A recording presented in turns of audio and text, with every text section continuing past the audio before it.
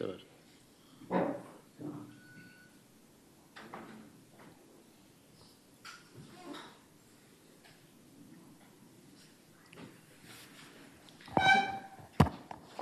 మరి పెడదాం. ఈరోజు రాష్ట్రంలో ప్రజాస్వామ్యం అన్నది కనపడడం లేదు. ప్రజాస్వామ్యం పూర్తిగా లేని పరిస్థితి రాష్ట్రంలో ఉంది అని చెప్పడానికి నిన్న జరిగిన ఎన్నికలే ప్రత్యక్ష ఉదాహరణ. నా పక్కన ఇటువైపున అటువైపున ఉన్న వాళ్ళు ఇద్దరు జెడ్పీటీసీ కంటెస్టెడ్ క్యాండిడేట్స్. నా కుడివైపున హేమంత్ పులివెందుల పులివెందుల రూరల్ మండలానికి జెడ్పీటీసీ కంటెస్టెడ్ క్యాండిడేట్. ఇటుపక్కన సుబ్బారెడ్డి ఒంటిమిట్ట జెడ్పీటీసీ స్థానానికి కంటెస్టెడ్ క్యాండిడేట్. రాష్ట్రంలో ఇవాళ ఎలాంటి పరిస్థితులు ఉన్నాయి అని చెప్పడానికి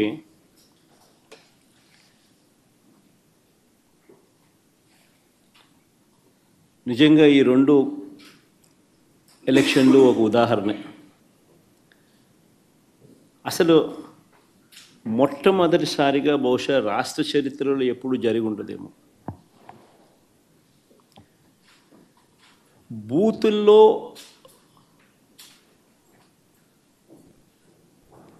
పార్టీకి సంబంధించిన ఏజెంట్ లేకుండా వైఎస్ఆర్సిపి ప్రతిపక్ష పార్టీ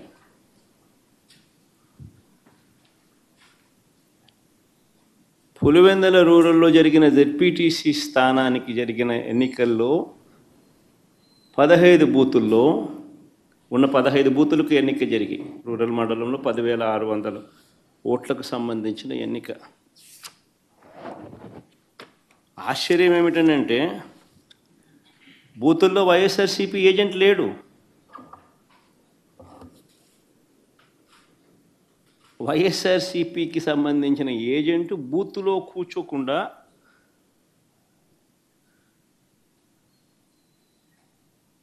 బూత్ దగ్గరికే మనిషి పోలేని పరిస్థితిలో బూత్లో ఏజెంటే లేకుండా ఎన్నికలు రిగ్గింగ్ చేసినారు.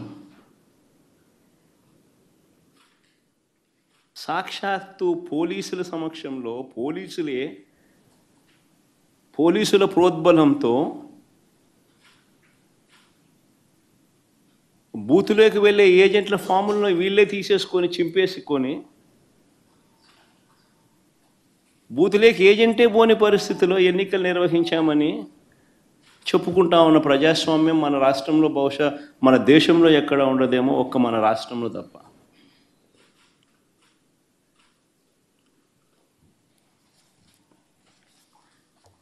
అసలు ఎన్నికల్లో బూత్ ఏజెంట్కు సంబంధించిన విధులు, బాధ్యతలు, హక్కులు ఏమిటి తెలుసా?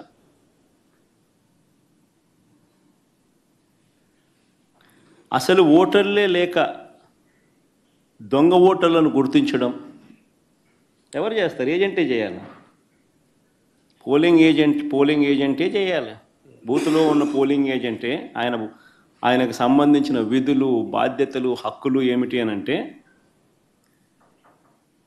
అసలు ఓటర్లా లేక దొంగ ఓటర్లా అని గుర్తించడం, ఓటర్ల జాబితాను తనిఖీ చేయడం, అక్రమాలు, బెదిరింపులు, ప్రలోభాలు పెట్టడాలు, ఫేక్ ఓటర్లు ఉంటే వాటిపై అక్కడే ఉన్న ప్రిసీడింగ్ అధికారికి వెంటనే చెప్పి వాటిపై ఫిర్యాదులను అధికారికంగా నమోదు చేయడం, ఇవన్నీ పోలింగ్ ఏజెంట్ బాధ్యతలు. ఇవే వివరాలు పార్టీకి కూడా తెలియజేయడం.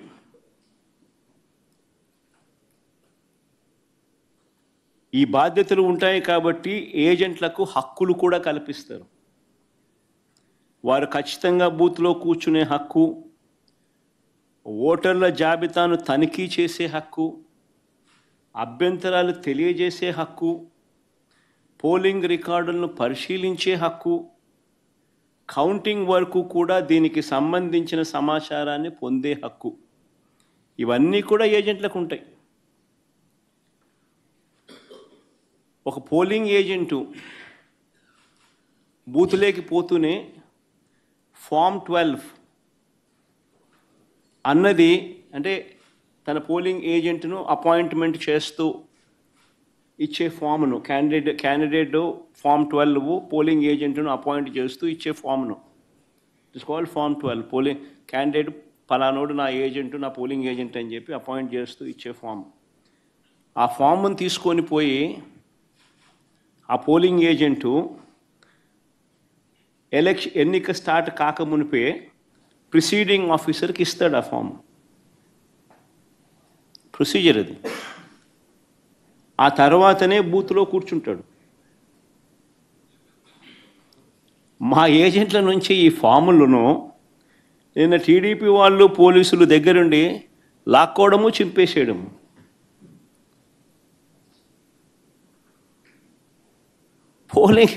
పోలింగ్ ఏజెంట్ అనేవాడు లేకుండా ఎలక్షన్ జరపడం అన్నది నేను ఎక్కడ చూడలా. ప్రజాస్వామ్యం అన్నది ఇంత దిగజారిపోయిన పరిస్థితి బహుశా చరిత్రలో ఎక్కడ చూసిండు మేము.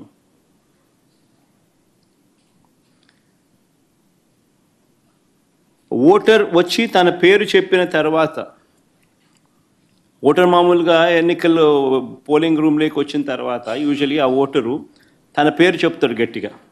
చెప్పిన తర్వాత పోలింగ్ ఆఫీసర్ రిజిస్టర్లో తన వేలుముద్ర కానీ తన సంతకం కానీ తీసుకుంటాడు. ఆ ఓటర్కు సంబంధించిన సమాచారాన్ని తాను పోలింగ్ ఆఫీసర్ ఆ రిజిస్టర్లో వేలుముద్ర ఓటర్ వేలుముద్ర లేదా సంతకం తీసుకుంటాడు రిజిస్టర్లో. ఈ రిజిస్టర్ నింపేది పోలింగ్ ఆఫీసర్, కానీ తనిఖీ చేసేది ఏజెంట్. అవసరమైతే తాను అభ్యంతరం చెప్తాడు.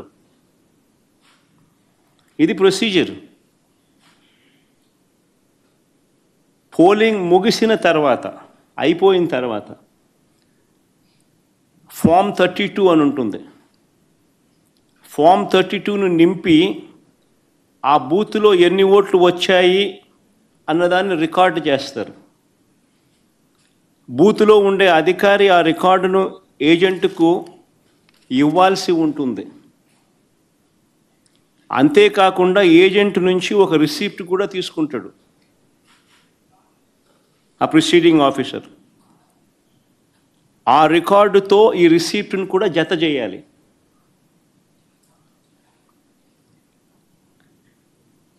ఆ రికార్డును కూడా ధృవీకరించాల్సి ఉంటుంది.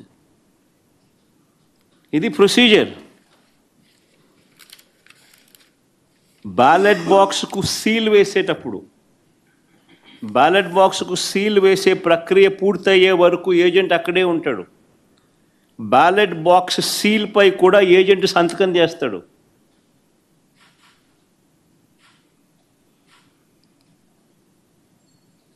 బ్యాలెట్ బాక్స్కి సంబంధించి సీల్పై కూడా ఏజెంట్ సంతకం తీసుకుంటారు. మరి నేను అడుగుతా ఉన్నా, మళ్ళీ ఇవన్నీ జరిగాయా అని అడుగుతా ఉన్నా.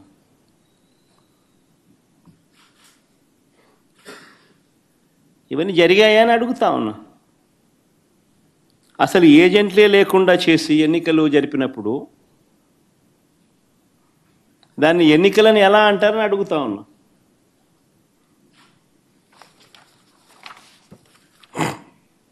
నిజంగా డెమోక్రసీలో ఉన్న ప్రతి ఒక్కరూ కూడా దీని గురించి ప్రశ్నించకపోతే, దీని గన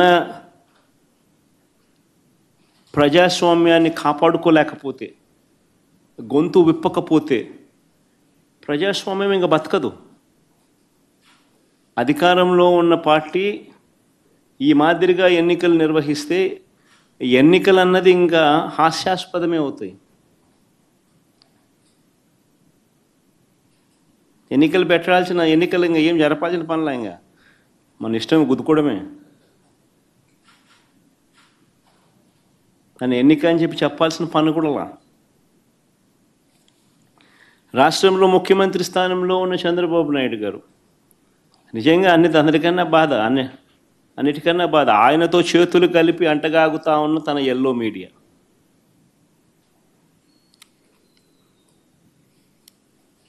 వీరి ఎజెండా ఏమిటి అని అంటే ప్రజలకు మంచి చేయడం కాదు, డెమోక్రసీని కాపాడడం కాదు, ప్రజలకు పాలకులు మోసం చేస్తే వాటిని ప్రశ్నించడం కాదు, దోచుకో పంచుకో తినుకోలో అందరూ భాగస్వాములు కావడం, ఇది వారి ఎజెండా. సిగ్గుపడాలి నిజంగా ప్రజాస్వామ్యం అంతా కూడా.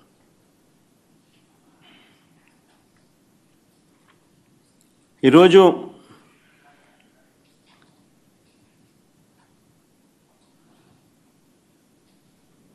ఎంత దారుణంగా వీళ్ళు ఎన్నికలు చేశారు, ప్రజాస్వామ్యాన్ని ఎంత దారుణంగా వీళ్ళు కూని చేశారన్నది ఈ రెండు ఎన్నికలు ఉదాహరణగా నిలబడతాయి.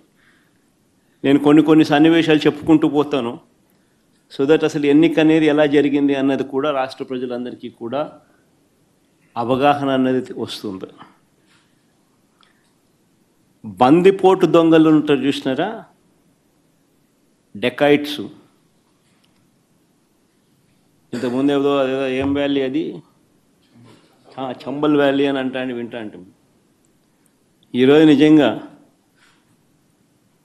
దాన్ని మరిపించినారు. బందిపోట్లకు మించి చంద్రబాబు నిన్న పులివెందుల రూరల్ జెడ్పీటీసీ ఓట్లను దౌర్జన్యంగా వేసుకున్నాడు.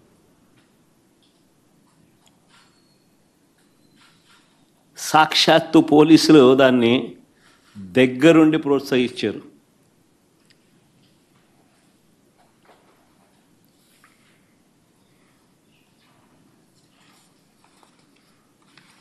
నేను చంద్రబాబు గారిని ఛాలెంజ్ చేస్తా ఉన్నా, అయ్యా చంద్రబాబు గారు, మీ పరిపాలన మీద నీకు నమ్మకం ఉంటే, మీరు మంచి చేశారు ప్రజలకు అన్న విశ్వాసం మీలో ఉంటే, ప్రజలు మీకు ఓటు వేస్తారు అన్న నమ్మకం మీకుంటే,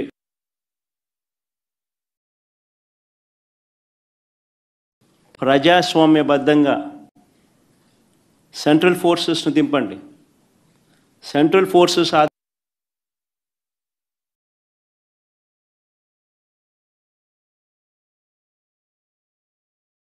ప్రజాస్వామ్యబద్ధంగా ఎన్నికలు జరిపించండి. నీకు ఆ నమ్మకం లేదు కాబట్టి, మీరు ప్రజలకు చేసిన మంచి ఏది లేదు కాబట్టి, సూపర్ 6 సూపర్ 7 అన్నింటా మీరు మోసమే చేశారు కాబట్టి, మీ పాలన అంతా కూడా రాక్షస పాలన కాబట్టి, ప్రజలు మీకు ఓట్లేసే పరిస్థితి లేదు కాబట్టి ఇంత విచ్చలవిడిగా ప్రజాస్వామ్యాన్ని కూని చేస్తూ ఉన్నారు. నేను అడుగుతా ఉన్న చంద్రబాబు నాయుడు, ప్రతి బూతుకు సంబంధించిన వెబ్ కాస్టింగ్ను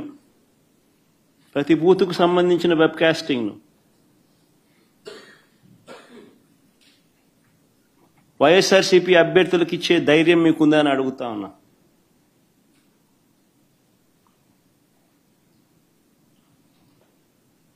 పోలింగ్ బూత్ ఆవరణల్లో సీసీ ఫుటేజ్ను ఇచ్చే ధైర్యం మీకుందా అని అడుగుతా ఉన్నా.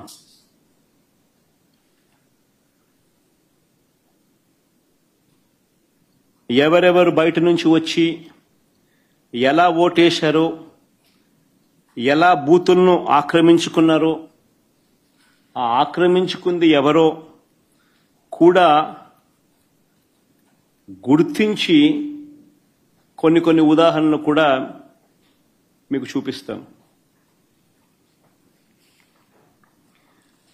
ఇలాంటి అడ్డగోలు రాజకీయాలు చేసే నాయకుడిని లీడర్ అనరు, మాబ్స్టర్ అంటారు, లేదా ఫ్రాడ్స్టర్ అంటారు.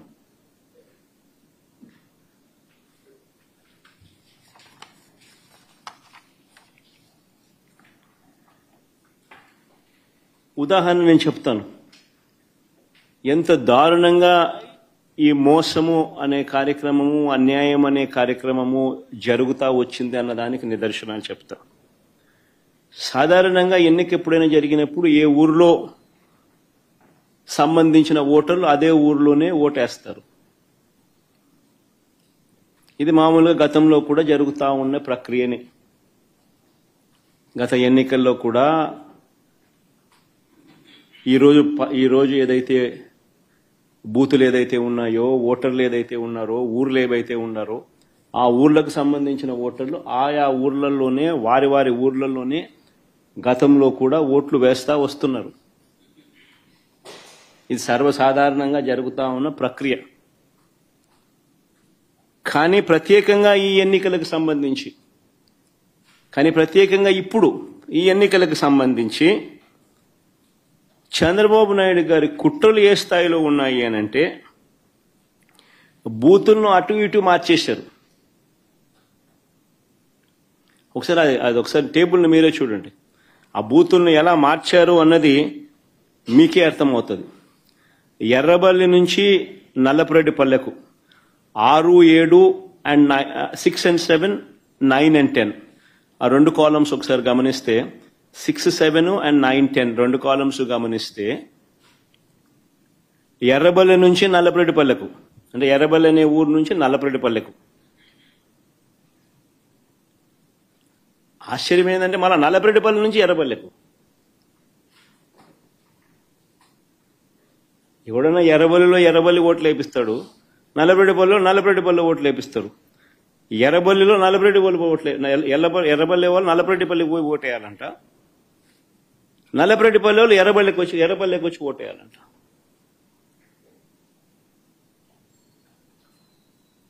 సిక్స్ 7 చూడండి, 9, 10 చూడండి.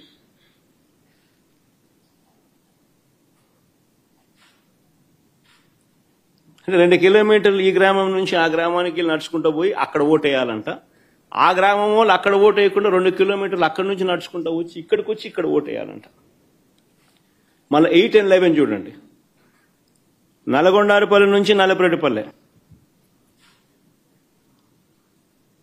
నల్గొండారుపల్లి నుంచి నల్లపురెడ్డిపల్లె అంటే 4 కిలోమీటర్లు.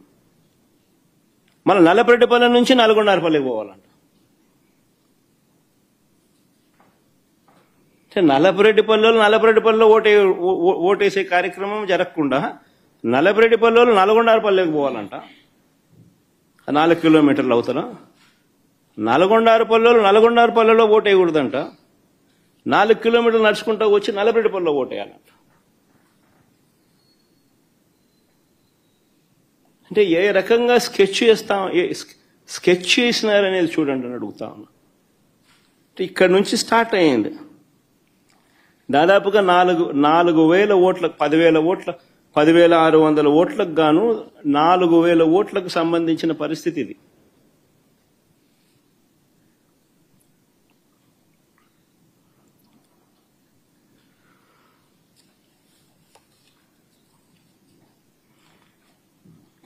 వీళ్ళ ఆలోచన ఏంది?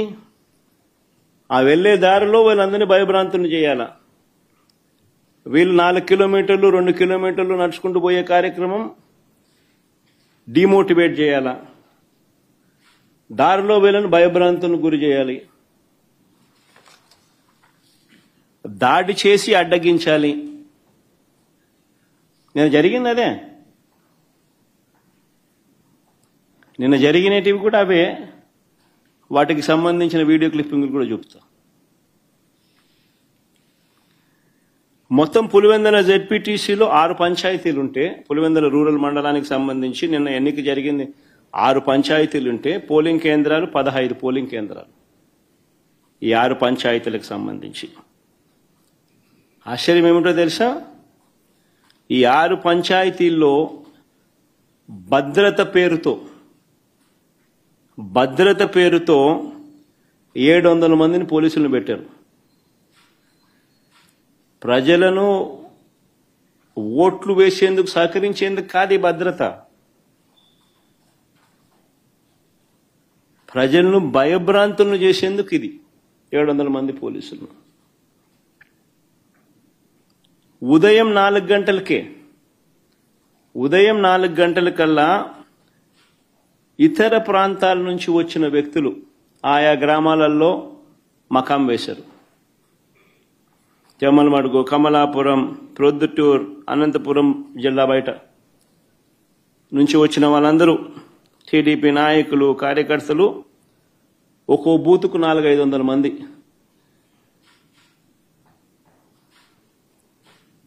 బయట వాళ్ళు వచ్చి పాగేసినారు. పోలీసుల సమక్షంలోనే, పోలీసుల దగ్గరుండి ప్రోత్సహిస్తూ.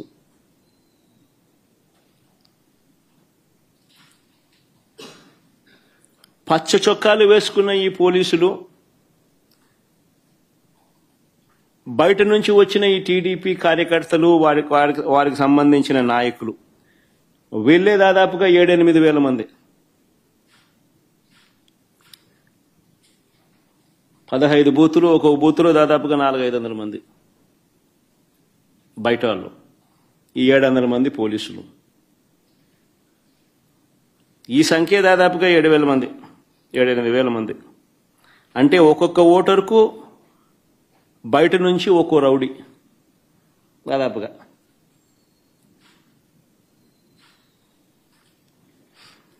ఈ ఎన్నికలు స్వేచ్ఛగా జరిగాయి అని ఎవరైనా అనగలుగుతారని అడుగుతా ఉన్నా.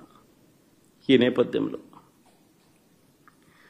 టీడీపీ మంత్రులు, ఎమ్మెల్యేలు ఎన్నిక జరుగుతున్న గ్రామాలలో అరాచకం సృష్టించుకునేందుకు ఈ గ్రామాలను పంచుకున్నారు. మంత్రి సవిత, ఆమెకు సంబంధించిన మనుషులు ఎర్రబల్లిలో తిష్ట వేస్తే, ఆమెకు సంబంధించిన నాయకులు, ఆమెకు సంబంధించిన మనుషులు ఎర్రబల్లిలో ఆమె తిష్టేస్తే, ఎమ్మెల్యే ఆదినారాయణ రెడ్డి నల్లపరెడ్డిపల్లెకు భారీగా జమ్మలమడుగు నుంచి తీసుకొచ్చిన కార్యకర్తలను, నాయకులను అక్కడ తిష్టేయడం. మరో టీడీపీ ఎమ్మెల్యే పుత్తా చైతన్య ఈ కొత్తపల్లిలో 100 మంది తన కార్యకర్తలతో తాను అక్కడే మకాం.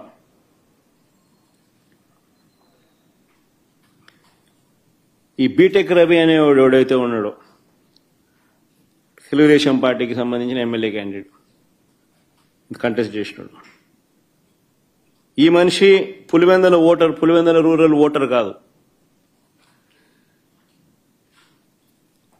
ఈ బీటెక్ రవి అనేవాడు పులివెందుల రూరల్ ఓటర్ కాకపోయినా కూడా తాను కూడా కనంపల్లిలో తిష్ట వేసి దౌర్జన్యం చేసినాడు.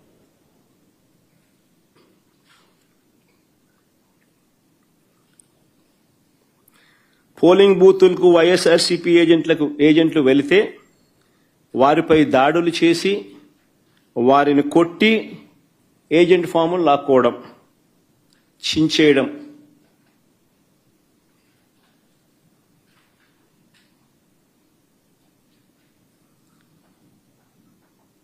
ఓటర్లు ఎవరైనా ఓటింగ్ చేయడానికి పోతే వారి ఓటర్ స్లిప్పులు లాక్కొని వాళ్ళని వెనక్కి పంపించేసేయడం. ఆ ఓటర్ స్లిప్ వీళ్ళు తీసుకొని పోయి వీళ్ళు ఓట్లు వేయడం.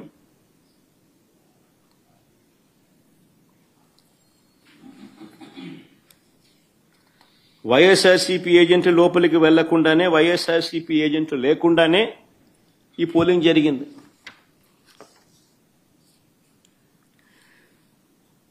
ఎవరైనా బూత్ వైపుకు వచ్చిన వారు వైఎస్ఆర్సీపీ ఓటర్ అయినా, న్యూట్రల్ ఓటర్ అయినా టీడీపీ గ్యాంగులు వారిని అడ్డుకోవడం, బెదిరించడం, భయపెట్టడం, ఓటర్ స్లిప్పులు తీసుకోవడం, లాక్కుని వాళ్ళని పంపించేసేయడం. ఖచ్చితంగా టీడీపీకి ఓటేసే టీడీపీ వాడైతేనే లోపలికి పోతాడు. ఇలా ఓట్లేసిన ఇతర నియోజకవర్గాల నుంచి వచ్చిన వాళ్ళు, ఇతర మండలాల నుంచి వచ్చిన వాళ్ళు, వీళ్ళందరినీ కూడా ఒకసారి ఏ రకంగా వీళ్ళు దొంగ ఓట్లు వేసినారు, ఏ రకంగా ఇది జరిగింది అన్నది కొన్ని ఉదాహరణలతో కొన్ని మా వాళ్ళు ఫోటోలు ప్రదర్శిస్తారు. ఒకసారి చూడండి. ఒకసారి ఇది బాగా ఇంట్రెస్టింగ్గా ఉంది. ఫోటో చూడండి ఒకసారి. కలెక్టర్ సమక్షంలోనే ఆయన జోబిలో 2 చేతులు జోబిలో పెట్టుకొని ఉన్నాడు చూసినాం. ఆయన కలెక్టర్. ఆయన పేరు శ్రీధర్, చెరుకూరి శ్రీధర్. ఆయన కలెక్టర్. ఆయన సమక్షంలోనే ఆ ఫోటోలో కనపడుతున్నారు చూసినామా, వాళ్ళు దొంగోట్లు వేస్తున్నారు. వాళ్ళు ఎవరు అనంటే జమ్మలమడుగు నియోజకవర్గానికి చెందిన దస్తగిరి అనే ఒకడు, సందీప్ కుమార్ అనే ఒకడు. వాళ్ళకు సంబంధించిన వివరాలు ఇంకా కొంచెం కిందికి పోతే ఆ వివరాలు కూడా ఇలా ఉంటాయి. ఆ ఫోటో కూడా చూపించు. అది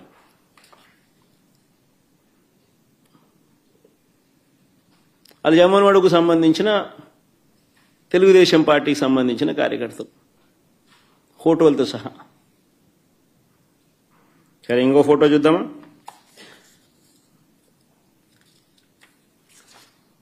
ఇంకోడు ఇంతకుముందు నేను చూపించింది నల్లపరెడ్డిపల్లె, ఇప్పుడు నల్లపరెడ్డిపల్లె. ఆ ఫోటోలో సర్కిల్ చేసి చూపించిన ఆయన చూసినాడు కదా, ఆయన కూడా జమ్మలమడుగు నియోజకవర్గానికి సంబంధించిన మనిషి. ప్రకాశం పేరు. మరి ఆయనకు సంబంధించిన వివరాలు అయ్యి.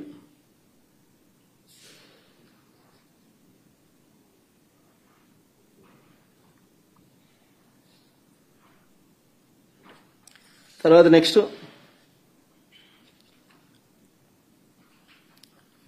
జనార్దన్ రెడ్డి ద్వారకచర్ల, ఈయన జమ్మలమడుగు నియోజకవర్గం నల్లపరెడ్డిపల్లె. ఆయనకు సంబంధించిన వివరాలు అయ్యి.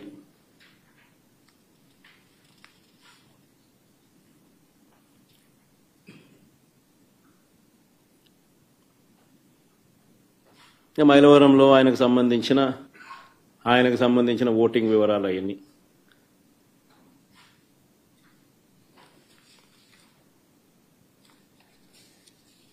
ఇంకొకడు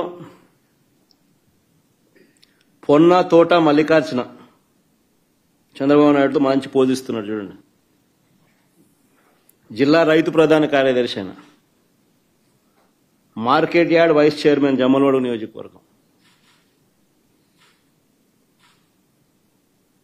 నా పులేందల్లో నల్లపరెడ్డిపల్లిలో వీళ్ళు వచ్చి ఓట్లేస్తున్నారు. వీళ్ళు ఓట్లేస్తా ఉన్నారు. ఏజెంట్ అనేవాడు లేడు కాబట్టి అడిగేవాడు లేడు, మాట్లాడేవాడు లేడు. ఇచ్చేది వేయిస్తున్నారు. కలెక్టర్ 2 చేతులు జోబులు పెట్టుకొని చూస్తున్నాడు, వేయిస్తున్నాడు.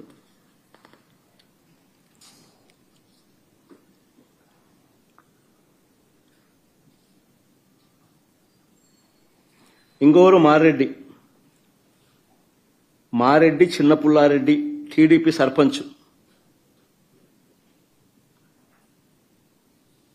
కర్మలవారిపల్లె గ్రామం, మైలవరం మండలం, జమ్మలమడుగు నియోజకవర్గం. ఆయన ఇంకా నెక్స్ట్ నాగేశ్వరరెడ్డి, ఈయన జమ్మలమడుగు నియోజకవర్గం. ఈయన చంద్రబాబు నాయుడుతో ఫోటో కూడా ఉంది బాగా. ఆయన చంద్రబాబు నాయుడు, ఆయన పోజు, ఆయన కథ.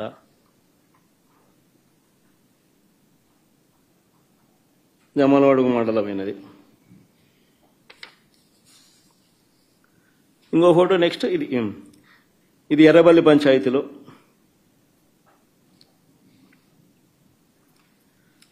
నల్లపరెడ్డిపల్లె గ్రామం దొంగ ఓటు వేయడానికి క్యూ లైన్లో ఉన్న జమ్మలమడుగు నియోజకవర్గం, జమ్మలమడుగు మండలం గుండె చెరువు గ్రామానికి చెందిన పాతకోట శివారెడ్డి. ఏం పోజు పెట్టినట్టు చూసినా.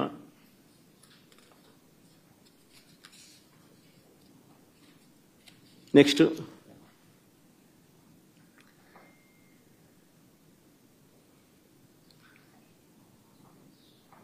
జమ్మలమడుగు నియోజకవర్గం మైలవరం మండలం నవాబ్పేట గ్రామానికి చెందిన రామస్వామి రెడ్డి, సన్నపురెడ్డి. ఆయనకు సంబంధించిన వివరాలు అయ్యి. నెక్స్ట్ చూడండి, ఏం పోస్ట్ ఉండడం కూడా. జమ్మలమడుగు నియోజకవర్గం పెద్దమడియం మండలం భీమగుండం గ్రామానికి చెందిన కొత్తపల్లి రాజగోపాల్. ఆయన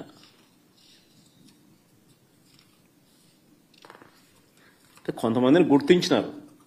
యాక్టివ్ తెలుగుదేశం పార్టీ కార్యకర్తలను కొంతమందిని, జిల్లాలో ఉన్న వాళ్ళను కొంతమందిని మా వాళ్ళు గుర్తించినారు. పోయి చూస్తే మొత్తం అందరూ అయ్యే కనపడతారు, వేరే విషయం. ఇంకా అంత డెప్త్ లేకపోతే గుర్తించిన మేరకు నిన్న జరిగింది. ఈరోజు గుర్తించిన మేరకు మేము చూపించిన కాడి చూపించగలుగుతాం. అంటే వాళ్ళల్లో ప్రామినెంట్గా కొద్దో గొప్ప టీడీపీకి సంబంధించిన ప్రామినెంట్ కార్యకర్తలు ఎవరైనా ఉన్నవాళ్ళు ఎవరైనా ఉంటే మా వాళ్ళు గుర్తుపట్టగలిగిన వాళ్ళందరినీ ఐడెంటిఫై చేసి క్లియర్ కట్గా మార్క్ చేసి చూపించగలుగుతా ఉన్నాం.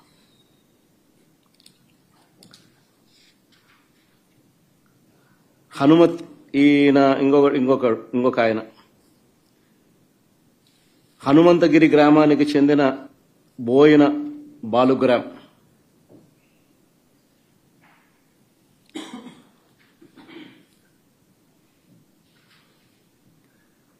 పోసిన బోయిన బాలుగ్రామ్ చూడు, 2 ఫోటోలు పెట్టినాం.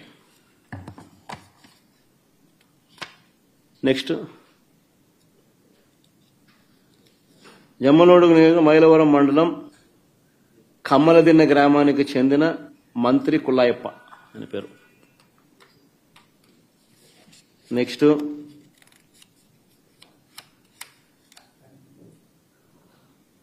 ఇది భలే ఆశ్చర్యం. రీపోలింగ్ జరుగుతుంది. రీపోలింగ్లో కూడా ఈరోజు పొద్దున కమలాపురానికి నిలబడ్డ ఈ వ్యక్తి టీడీపీ నాయకుడు నారాయణ యాదవ్. కొత్తపల్లి గ్రామంలో రీపోలింగ్లోనూ దొంగ ఓటు వేయడానికి క్యూ లైన్లో నిలబడిన కమలాపురం నియోజకవర్గం నసంతపురం గ్రామానికి చెందిన టీడీపీ నాయకుడు గజ్జెల నారాయణ యాదవ్.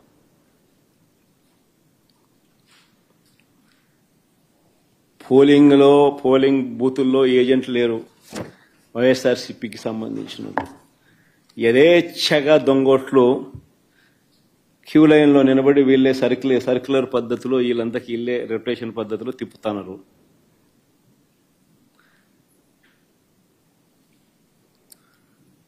ఇది అన్యాయమని ప్రశ్నించడానికి ఎవరైనా వైఎస్ఆర్సీపీ వాళ్ళకు సంబంధించిన వాళ్ళు ఎవరైనా 5 మంది కలిసి వెళ్ళినా కూడా వారిని పోలీసులు తరిమి కొడుతున్నారు.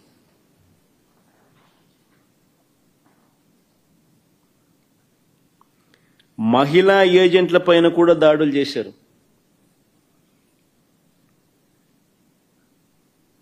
నియోజకవర్గానికి సంబంధించిన టీడీపీ వాళ్ళు 100 మంది ఒకే చోట ఉన్నా కూడా వాళ్ళు షామ్యానాలు వేసుకొని, ఆ షామ్యానాలు వేసుకున్న ఫోటో పెట్టచ్చుమా, షామ్యానాలు వేసుకొని చూడు భోజనాలు చేస్తున్నారు, షామ్యానాలు పెట్టుకున్నారు, పోలీసుల సమక్షంలో జరుగుతుంది, ఆన్నే తింటున్నారు అని ఏ పోలీసు వాడు ఎవడు మాట్లాడు.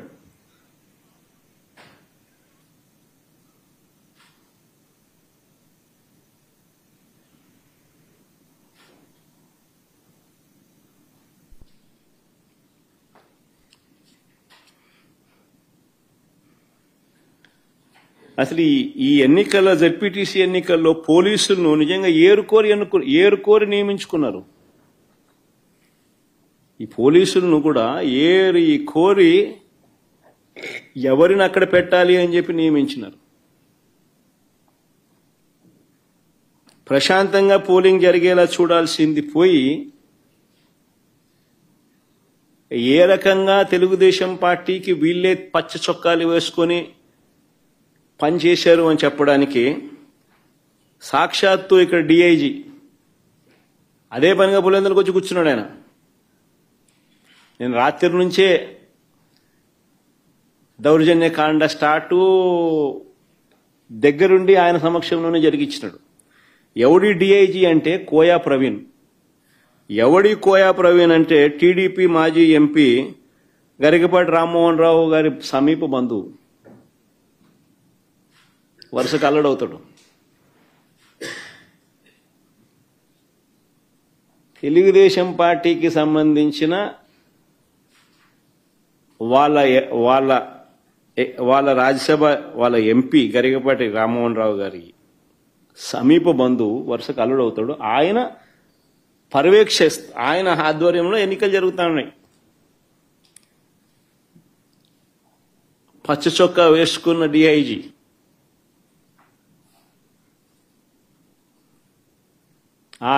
ఆయనకు సంబంధించిన డిఎస్పీలు, ఆయనకు సంబంధించిన సిఐలు హ్యాండ్ పిక్డ్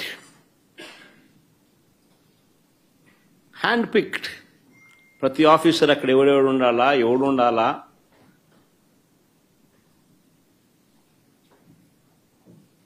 ఎస్ఐలు ఎవడు ఉండాలా, సిఐలు ఎవడు ఉండాలా? ఆ లిస్ట్ మాకు సరే సరే సరే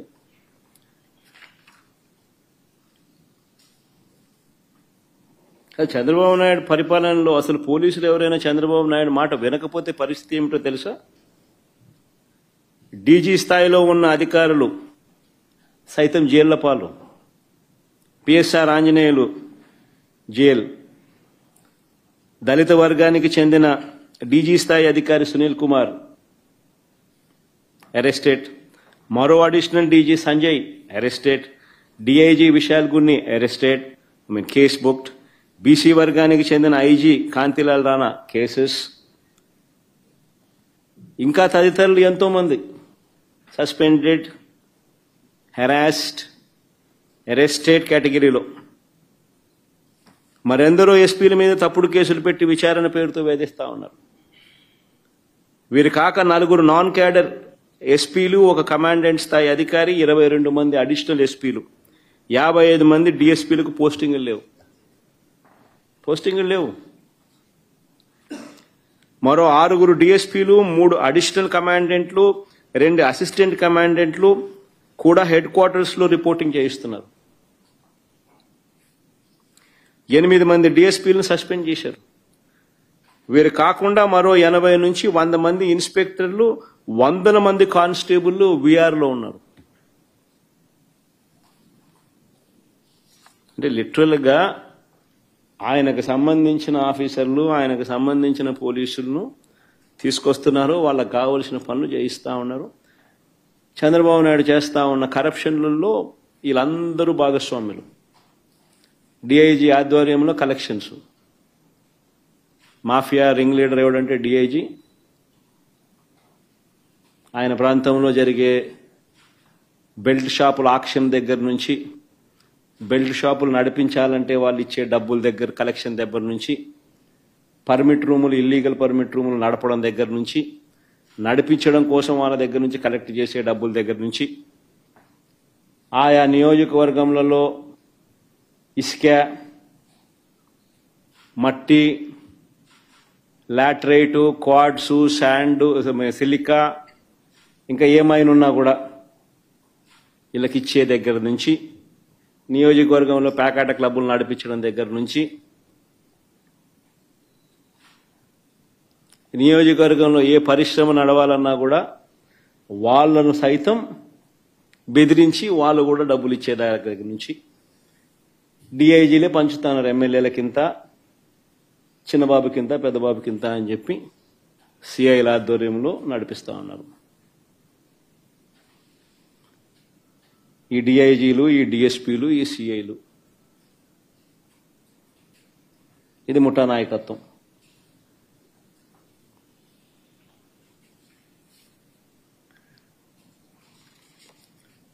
మరి నేను అడుగుతా ఉన్నా, ఇలాంటి సమీప బంధువు తెలుగుదేశం పార్టీకి సంబంధించిన ఈ కోయా ప్రవీణ్ అనే ఈ వ్యక్తి డిఐజీగా తాను దగ్గరుండి తాను తన టీము పర్యవేక్షణలో జరుగుతా ఉన్న ఎన్నికలు. మరి దీన్ని ఎన్నికని అనగలుగుతారా అని అడుగుతాను ఎవరైనా. మరి ఎందుకు ఈ ఎన్నికలు జరపడమో అని అడుగుతా ఉన్నా. మరిన్ని వీడియోలు చూడండి, ఎలా జరిగాయో మీకే అర్థమైతే. ఉదయం 4 గంటల నుంచే పులివెందుల మండలం ఎర్రపల్లిలో పోలింగ్ బూత్ను టీడీపీ వాళ్ళు అధీనంలోకి తీసుకున్నారు. వారి చేతిలో కర్రలు ఎలా ఉన్నాయో కూడా మీరే గమనించండి. ఉదయం 4 గంటల నుంచే ఇది ఎర్రబల్లిలో పోలింగ్ బూత్ను టీడీపీ వాళ్ళు అధీనంలోకి తీసుకున్నారు. చూడు,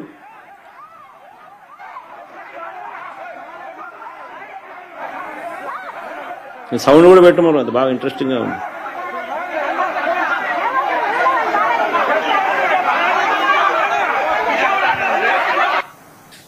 చూడు కర్రలు కూడా.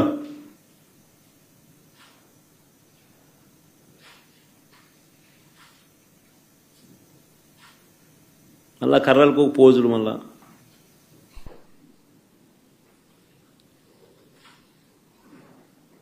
ఉదయం 4 గంటల నుంచి పులివెందుల మండలం ఎర్రబల్లిలో పోలింగ్ బూత్ను టీడీపీ వాళ్ళు అధీనంలోకి తీసుకున్నారు. వారి చేతిలో కర్రలు కూడా కనిపిస్తా ఉన్నాయి. రెండో క్లిప్పింగ్. టీడీపీ వాళ్ళు చేసిన అక్రమాలను అడ్డుకోకూడదని ఏకంగా మా ఎంపీ అవినాష్ రెడ్డిని తెల్లవారుజామునే పులివెందులో అరెస్ట్ చేసినారు. అసలు ఆయన పులివెందుల రూరల్లో కూడా లేడు, పులివెందుల టౌన్లో ఉన్నాడు.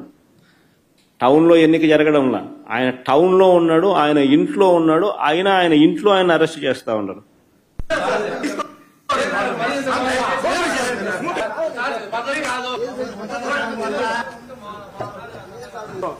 ఇది వన్ సైడ్ సార్ మీరు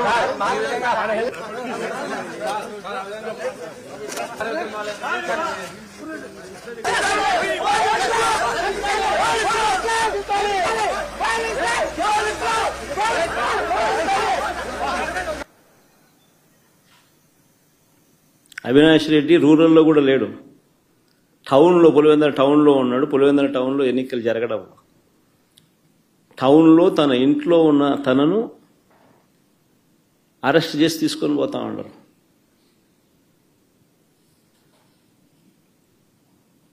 తెల్లవారుజామున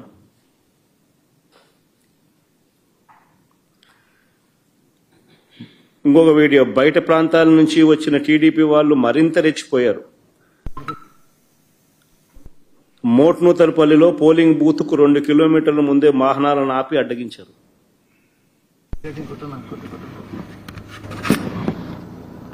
చూడు,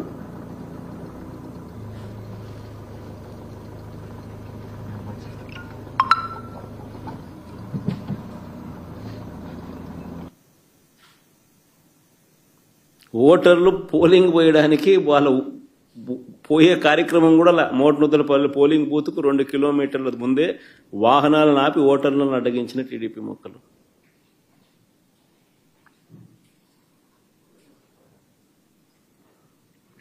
మళ్ళా ప్లే చేయమది.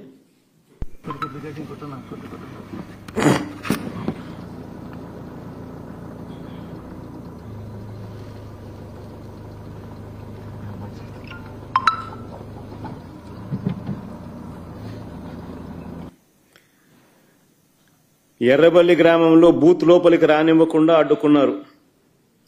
అడ్డుకున్నారని పోలీసులు కూడా టీడీపీ వారికే సహకరించారని మహిళా ఏజెంట్లు చెప్పడం.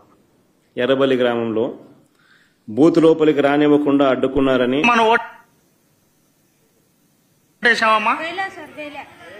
ఏమా ఎందుకు వేయలేదు? ఏమంటున్నారు అక్కడ వెళ్ళింటే?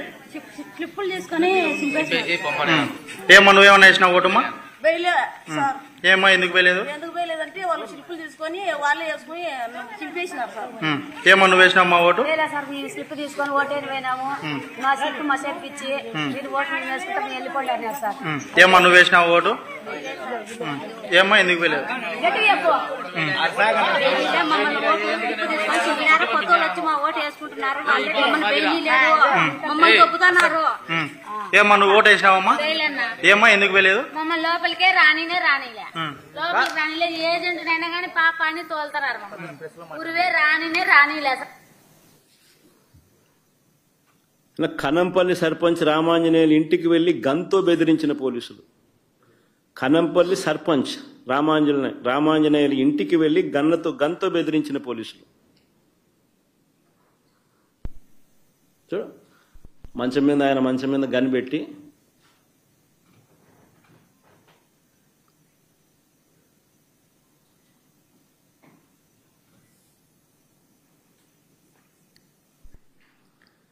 తర్వాత ఎర్రవల్లిలో రిగ్గింగ్ చేయడానికి పోలింగ్ కేంద్రానికి టీడీపీ కార్యకర్తలు వెళ్తుండగా పోలీసులు చక్కగా స్వాగతం పలికిన వీడియో.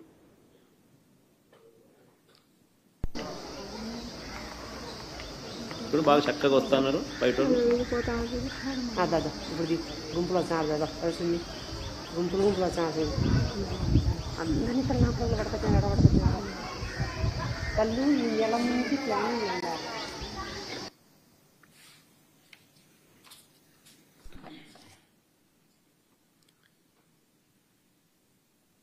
తర్వాత వేముల దుగ్గన్నగారిపల్లి గ్రామాలకు చెందిన టీడీపీ వాళ్ళు వచ్చి ఓట్లు రిగ్గింగ్ చేసుకుంటున్నారని ఏకంగా కనంపల్లి మహిళలు బయటికి వచ్చి ఆందోళన చేశారు. ఏజెంట్లను పోలింగ్ బూత్ లోపలికి రానివ్వకుండా బీటెక్ రవి తమ్ముడు భరత్ అడ్డుకున్నారు.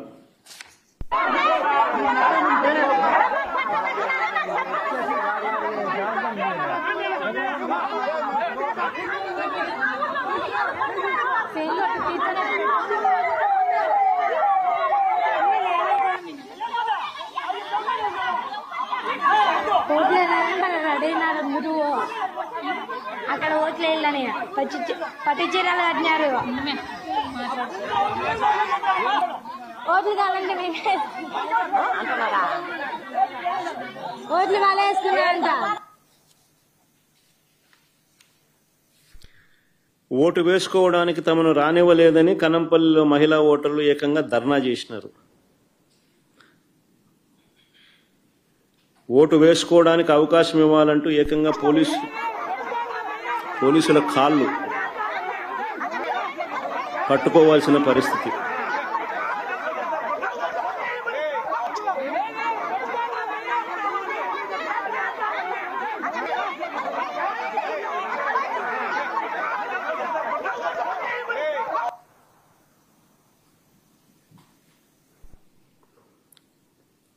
మేము ఓటు వేయలేకపోయామంటున్న కనంపల్లి ఓటర్ల ఆవేదన, వాళ్ళ వీడియో.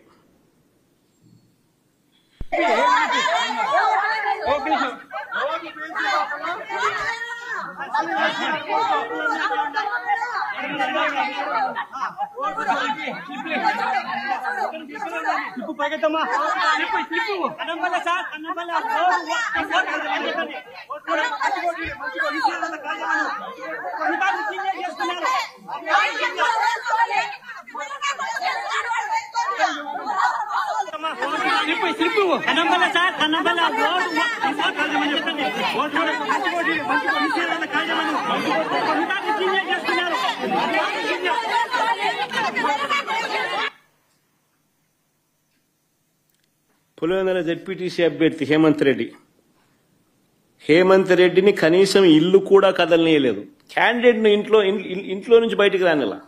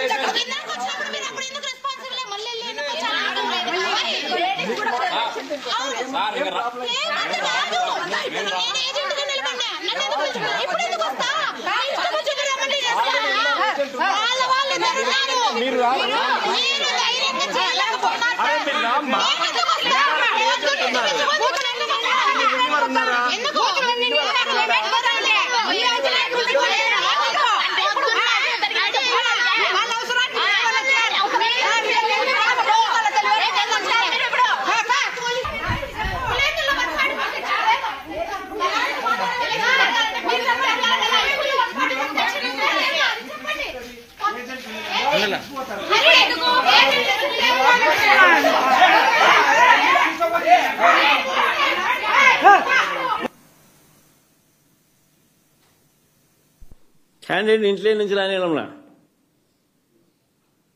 క్యాండిడేట్.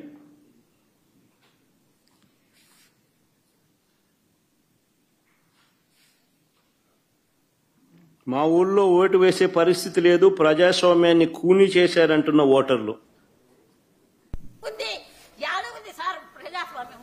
ఎందుకు మీరు ఎవరైనా వేస్తారు, ఎవరైనా గెలుస్తారు, పిల్లలు కాదు ముండలు గెలుస్తారు, ఎందుకు పెట్టారా?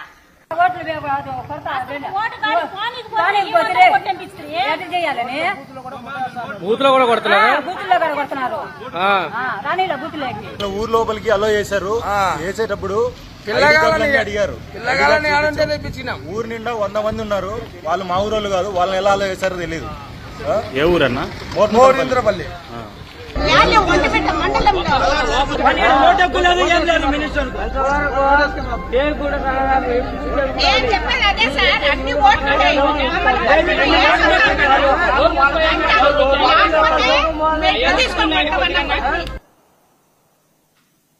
ఈ ఒంటిమిట్ట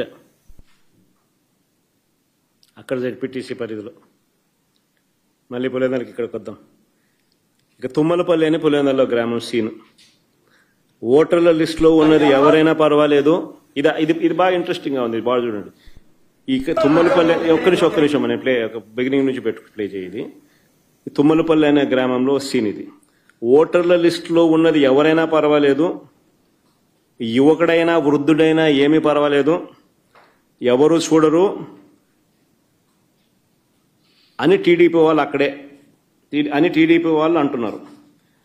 ఇందులో బ్లూ షర్ట్ వేసుకున్న వ్యక్తి టీడీపీ నాయకుడు భూపేష్ రెడ్డి పిఏ సుదర్శన్ రెడ్డి.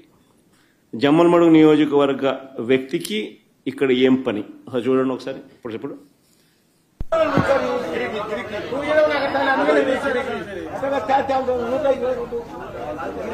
వీళ్ళే స్లిప్లు ఇస్తా ఉన్నారు, వీళ్ళే దొంగ ఓట్లు వేయిస్తున్నారు.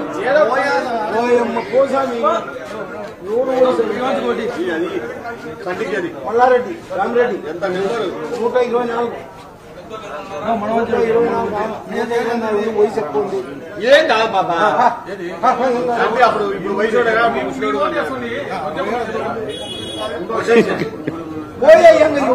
అయిపోయి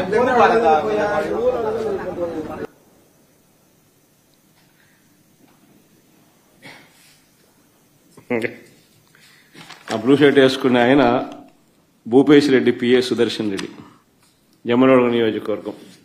ఆయన పులివెందులలో ఈ ఓటింగ్ జరిగేటప్పుడు ఈ గ్రామంలో ఏం పని ఆయనకు?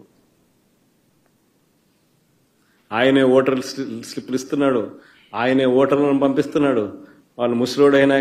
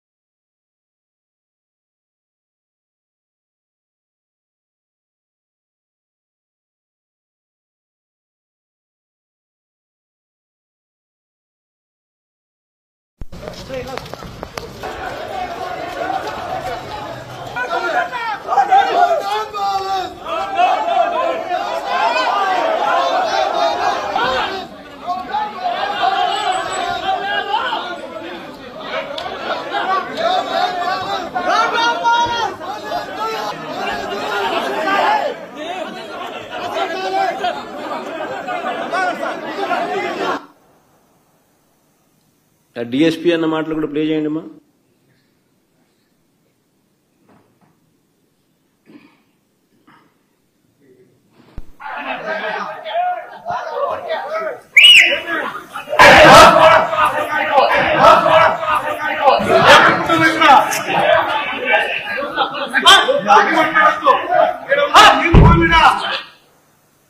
కాల్చి పారేస్తా నా కొడక అంతేనా డిఎస్పీ.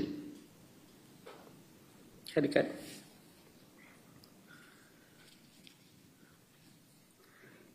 పులివెందుల జెడ్పీటీసీ పరిస్థితులు ఇలా ఉంటే నేనేం తక్కువ తినానంటూ మరో మంత్రి రాంప్రసాద్ రెడ్డి తన నియోజకవర్గంతో సంబంధం లేదు, తన పరిధిలో లేదు, ఒంటిమిట్ట మండలంలోని చిన్న కొత్తపల్లె గ్రామానికి వెళ్లి అక్కడ బూత్లో ఆయన రౌడీజం.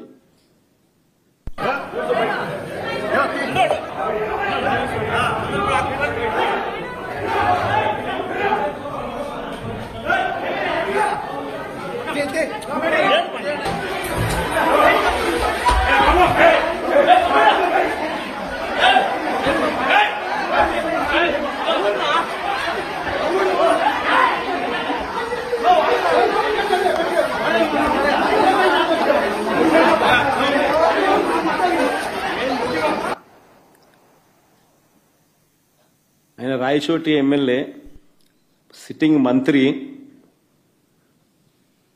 ఒంటిమిట్ట మండలం జెడ్పీటీసీకి సంబంధించి అక్కడ ఆయన చేస్తా ఉన్న దారుణాలు చిన్న కొత్తపల్లెలో ఈ ఘటన జరుగుతూ ఉండగా తీసిన వీడియో ఫుటేజ్. నేరుగా బూతులేకి పోవడం, ఏజెంట్లను లాగేయడం. ఇక్కడ ఏజెంట్లను లాగేసినారు, బూతులేకి పోయి ఏజెంట్లను లాగేసినారు. లాగేసి ఏజెంట్ను తంతన్నారు. ఏజెంట్ను తంతా ఉన్న ఫోటో మంత్రి సమక్షంలోనే.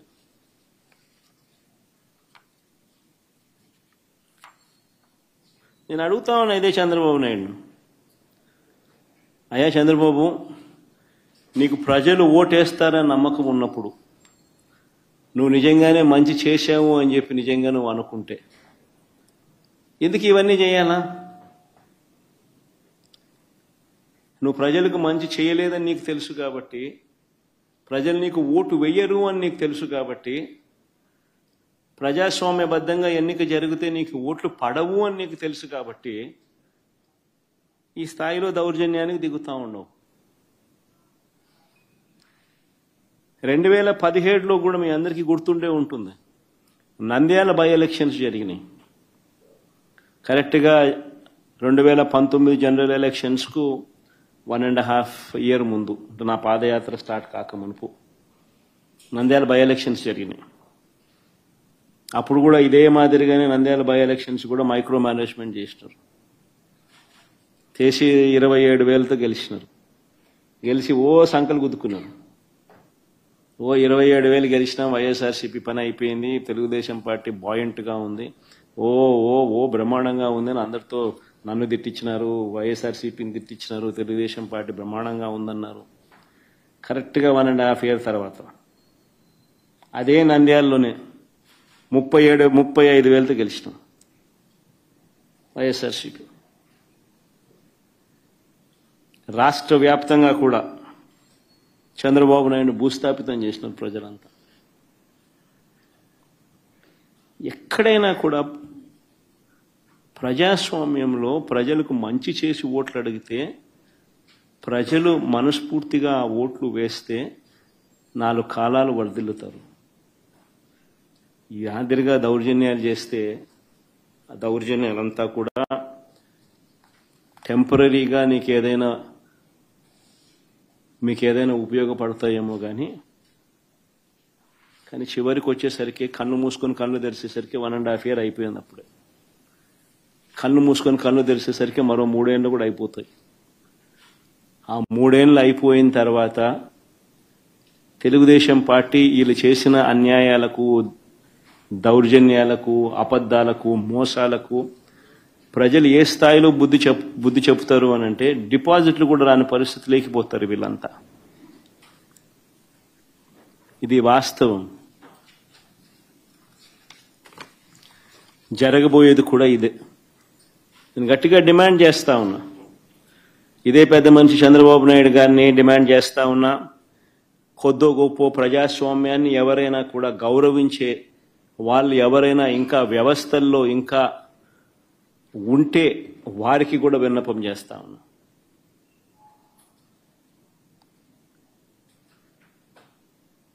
ప్రజాస్వామ్యాన్ని కాపాడుకునే కార్యక్రమం చేయకపోతే, ప్రజాస్వామ్యం ఒక్కసారి చెయ్యి జారిపోతే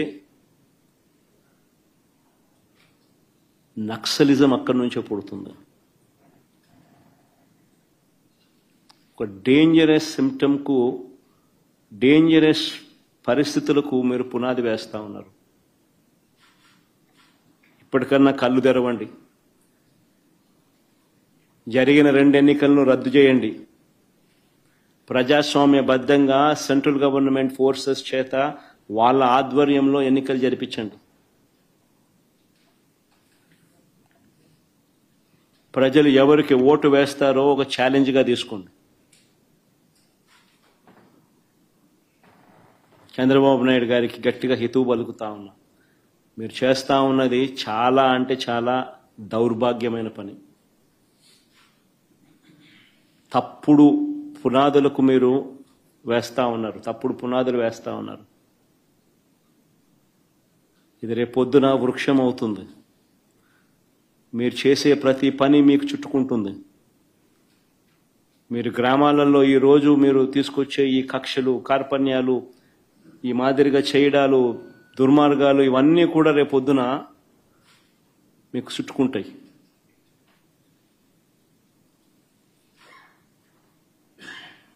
ముఖ్యమంత్రిగా ఉన్నావు, నీ జీవితానికి బహుశా ఇది ఆఖరి ఎలక్షన్ కావచ్చు. రామకృష్ణ అని అనుకునే ఈ వయసులో కనీసం ఆ మాటలన్నా అనుకుంటే పుణ్యమన్నా వస్తుంది. ఈ మాదిరిగా చేస్తే నరకానికే పోతావు. ఇప్పటికైనా మార్పు తెచ్చుకో చంద్రబాబు అని హితవు పలుకుతా ఉన్నా.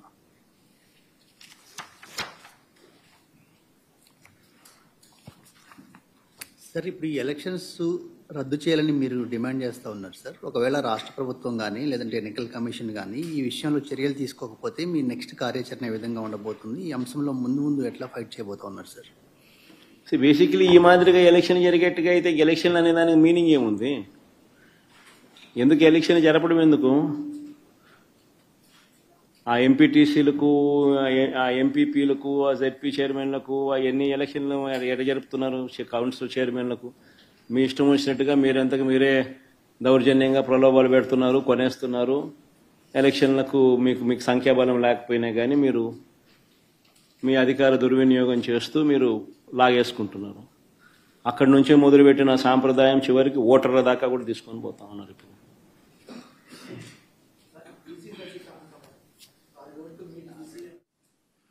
ఇవన్నీ కూడా అంటే అన్ఫార్చునేట్గా స్టేట్ ఎలక్షన్ కమిషన్ అన్నది ఒక డమ్మీ పాత్ర కన్నా దారుణమైన పాత్ర పోషిస్తూ ఉంది. ప్రజాస్వామ్యాన్ని కాపాడవలసిన బాధ్యత గల స్థానంలో ఉన్న వ్యక్తులు నిజంగా ఇంత దిగజారిపోయిన పరిస్థితుల మధ్య ఈ వ్యవస్థ నడుస్తూ ఉంది. Very unfortunate. ఖచ్చితంగా న్యాయ పోరాటంలో భాగంగా కోర్టులకి ఇవన్నీ చూపిస్తాం, కోర్టులకి ఇవన్నీ వేస్తాం. అందుకని వాళ్ళిద్దరు కూడా ఈరోజు వచ్చింది కూడా కోర్టులో వేయడానికే వచ్చినారు.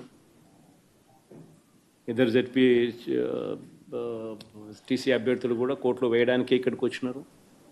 ఈ డీటెయిల్స్ అన్నీ తీసుకొని పోయి వీళ్ళు కోర్టులో వేస్తారు.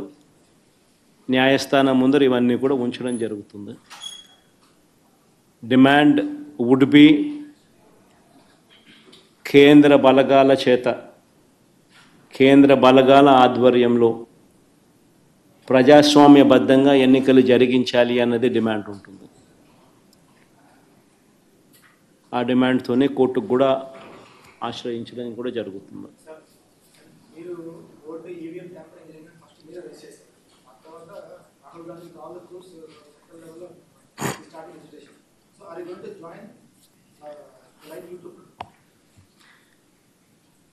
జాయిన్ అనే దానికి మీనింగ్ ఏంది?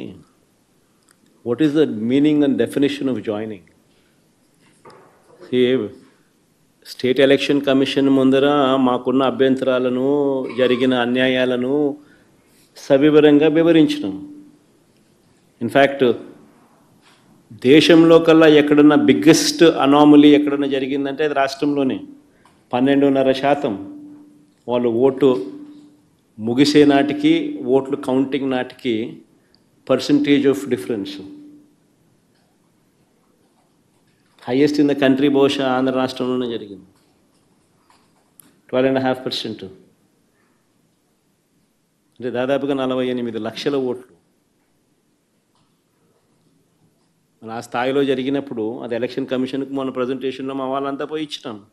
ఎలక్షన్ కమిషన్కు చెప్పినాం. వాళ్ళు ఇప్పుడు ఇంటెన్సివ్ సర్ అనే అది ఉంది కదా, స్టేట్ ఇంటెన్సివ్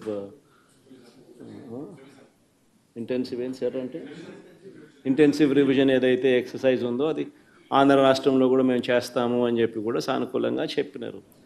కానీ at the end of the day అన్ఫార్చునేట్గా ఏం చేయగలుగుతాం? ఏదైనా కానీ ఈ రాహుల్ గాంధీ అనే వ్యక్తి ఏదైతే చెప్తా ఉన్నారో, ఎందుకు ఈ రాహుల్ గాంధీ అనే వ్యక్తి ఆంధ్ర గురించి ఎందుకు మాట్లాడడం లేదు చెప్పు? చంద్రబాబు నాయుడుతో హాట్లైన్లో టచ్లో ఉన్నాడు కాబట్టి మాట్లాడడం. ఎందుకు ఈ Andhra in-charge national spokesperson మనిషోడు మాణిక్యం ఠాకూరా అడేపొద్దన్న చంద్రబాబు నాయుడు గురించి మాట్లాడినాడా? ఏపొద్దన్న ప్రజాస్వామ్యాన్నిలో ఇంత కూని చేస్తా అంటే ఏమైనా క్వశ్చన్ చేసినాడా? చంద్రబాబు నాయుడు ఇన్ని స్కాములు చేస్తున్నాడు, కంటి ముందర కనపడుతుంది. యా వీధికి పోయినా బెల్ట్ షాప్ కనపడుతుంది, యా పక్కకు తిరిగినా పర్మిట్ రూమ్ కనిపిస్తుంది. ఎంఆర్పి రేట్ల కన్నా ఎక్కువ రేటుకి అమ్ముతున్నారు. ఆ రోజైనా మాట్లాడినాడా? మన గురించి, నా గురించి మాట్లాడతాడు. ఎందుకు చంద్రబాబు నాయుడు గురించి ఎందుకు మాట్లాడు? కారణం హాట్లైన్. చంద్రబాబు, రేవంత్, కాంగ్రెస్ హైకమాండ్. అంతే కదా. ఎందుకంటే చంద్రబాబు నాయుడు గురించి ఎందుకు మాట్లాడు చెప్పు? ఆ రాహుల్ గాంధీ ఆంధ్ర గురించి ఎందుకు మాట్లాడు చెప్పు? ఆంధ్రాలో అంతకన్నా పెద్ద జరిగింది కదా, ఇవి మాట్లాడుతున్నారు స్కాములు, ఎలక్షన్ ఓటింగ్ గీటింగు ఓటు చోరీ ఇంకోటి అంటున్నారు కదా. మన ఆంధ్రాలో జరిగింది కదా. మన ఎందుకు మాట్లాడు 12.5 12.5% మాట్లాడు. ఎందుకంటే హాట్ లైన్ చంద్రబాబు నాయుడు, రాహుల్ గాంధీ, రేవంత్ రెడ్డి.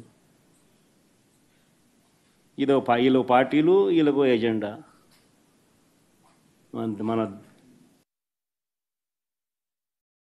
అంతే.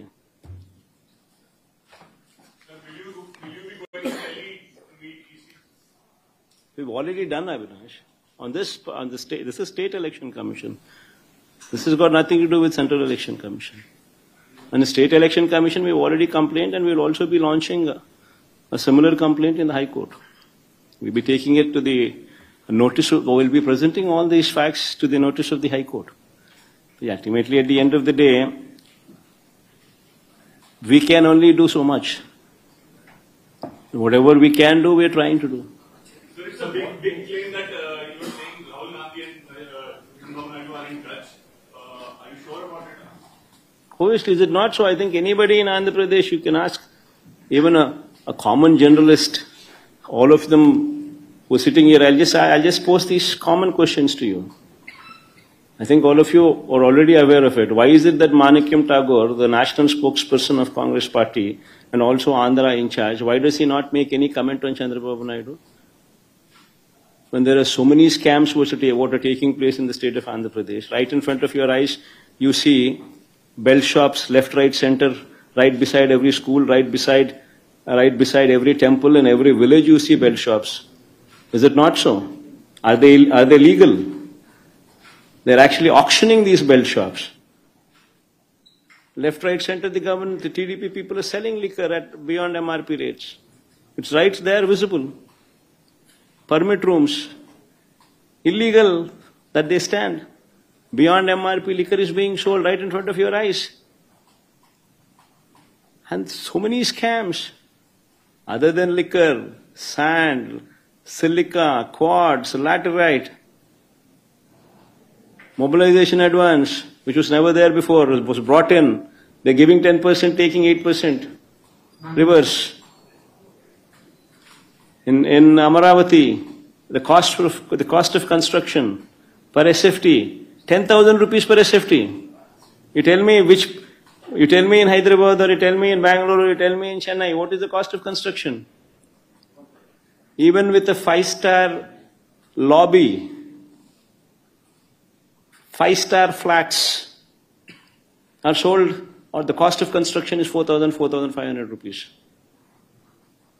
The cost of construction to construct something like that would be 4,000, 4,500 rupees per SFT. In Amaravati, you're talking about 9,000, 10,000 rupees per SFT. Is it not a scam? Right in front of your eyes. The PPAs, they made a hue and cry. When we had made PPAs at 2 rupees 49 paise. Now they have signed PPAs for 4 rupees 60 paise. Is it not a scam?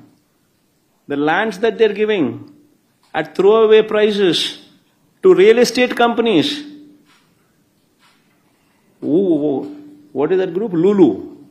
What is that other group? Satwa. What are these companies? Real estate companies. And you're giving them land at throwaway prices. Is it not a scam? Right in front of you, over your eyes, all these scams are taking place. Yet, the Congress spokesperson, National Congress spokesperson, Andhra in charge, does not speak about Chandrababu Naidu. Why is it so? But he talks about me. Even though I am in the opposition, he makes wild comments on me. Now this is Andhra. And what about Rahul Gandhi there in Delhi? When he talks about vote chori, why does he not make a statement on Andhra, where the highest 12.5% is the vote difference between what was announced versus when the counting day, when the votes were counted. The difference was 12.5%. The highest what this man can ever speak of. Why does he not speak about Arvind Kejriwal? When Arvind Kejriwal himself lost MLA election, His own MLA seat, Arvind Kejriwal, lost. Can you believe that? Why doesn't Rahul Gandhi talk about that? He doesn't. Because Rahul Gandhi does not talk about Andhra because Chandrababu Naidu is in touch with Rahul Gandhi through Revanth Reddy on a hotline. Is it not a fact? I mean, all of you are journalists here. Cross your hearts and speak for yourself and tell me, is it not a fact? And what should I comment on someone like Rahul Gandhi, who himself is not sincere to what he does? Sir, one last question. In the supplementary charge sheet in liquor case, KPMG Consulting name has also come. So what's your say on that? Officials are in touch with KPMG to help and in the excise policy. Who's KPMG? What has it got to do with state government? What is it got to do with state government? See, it's a corporation. What corporation engages, what corporation does with consultancy services is up to them. Whatever they would have recommended, they would have recommended. Whatever these people are supposed to do, these people are supposed to do. The government, every government department works in a silo. And every government department, in order to improve their efficiencies, engages consultancies on their own. Nobody takes permission from CMO or from Chief Minister's office. It doesn't work like that.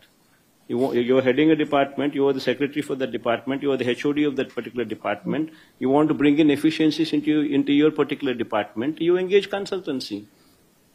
And mind you, KPMG or these names that you talk about are not small brands. They're not small groups. They're renowned, recognized groups. Be it KPMG or be it any of these big auditing firms that you talk about, these big 5 firms or big firms that you talk about, they're not small firms. For any of them to just make wild statements the way they deem fit, it's not right also. Sir, as you were telling about the vote difference during the 2024 polls, there is a major anomaly that I observed was that votes were polled till 2 in the morning. Generally around 5, 6, the crew comes here, they give a slip. For us votes, it gets over. See, first of all, nobody is supposed to stand, no additional member is supposed to stand in the queue beyond the voting time. It doesn't work the way you're saying. The queue doesn't go beyond a particular time. Whomsoever are in the queue, they are permitted to cast their vote. You're not supposed to join the queue beyond the timing that has been mentioned. You can't. So there's no way that you can say that voting has been happening till 3 in the morning or 4 in the morning. It doesn't work like that. No. Whatever it doesn't happen like that, number one. Number two, whatever is that percentage of votes that these people have spoken about next day, that this is the voting percentage that has taken place, versus the counting votes that took place, that itself is a difference of 12.5%. That is the whole problem here. Whatever these people have declared the following day, be it 2 o'clock in the night or be it 3 o'clock in the night, taking all that into cognizance, these people have declared that so and so is the percentage of votes that were casted. That data, what they themselves have spoken, versus the number of votes counted on the counting day, the gap in Andhra is 12.5%. So is the same in other states also. What these people are making a hue and cry now, because that is the difference what these people are pointing out. That how is it that you people have declared this number, and how is it that on the counting day, this number is exceeded far beyond the number that you have spoken about, is the allegation that EC is currently facing. So what more the SEC could have done respect to the yesterday? See, SEC has all the power. Only thing is it needs to rein in that power. SEC is all powerful. It can rein in the power. It has not done so. That is why we find fault with it. In fact, you would remember in our regime, when SEC was there, SEC ordered for not to conduct elections because COVID was there, even though COVID was not prevalent. Before second wave. Then election had to be postponed for whole 1 year. Halfway through, 50% of the election happened. The balance 50% of the elections took place after 1.5 years. Had that man not spoken, elections would have been completed in 1 week's time. But since that man intervened, state government was left with no other option but to postpone the election for 1 whole year later. That is the power of State Election Commission. But unfortunately, the State Election Commission is not reining in. That is the unfortunate thing. See, in a democracy, forget about YCP, forget about TDP, forget about all these parties. Today we are sitting in their position, tomorrow we will be in the government, tomorrow they will be sitting in their position. That's a different ball game altogether. But whomsoever sits there in the government, if that person is permitted to do something like this in a democracy, you're not permitting the agents in the booth. And if we, being journalists, accept to this and let this go, then what is to happen to the state? See, what you're sowing tomorrow will become a bigger plant. The same seed would grow into a tree. And that would be the heckling democracy. See, anybody whomsoever is bothered about democracy should speak out.